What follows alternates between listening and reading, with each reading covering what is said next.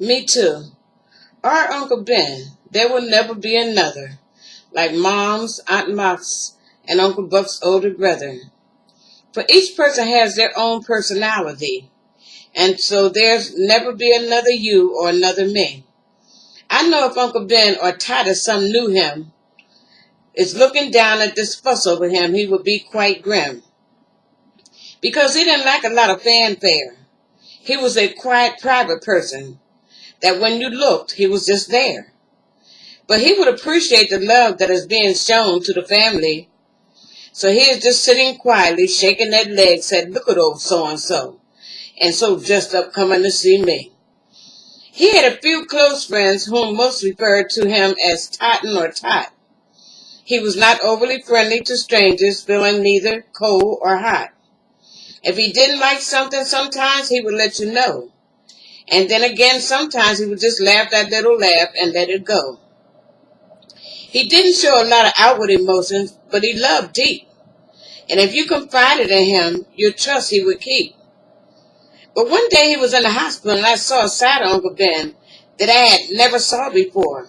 As I walked through the door, his face lit up, and I could tell he was happy and pleased. He looked at me and said, hi, Louise.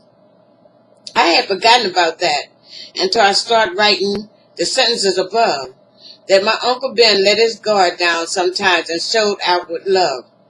But most of the times, he would do things and didn't want a lot of talk about it, just doing it without a lot of rhetoric.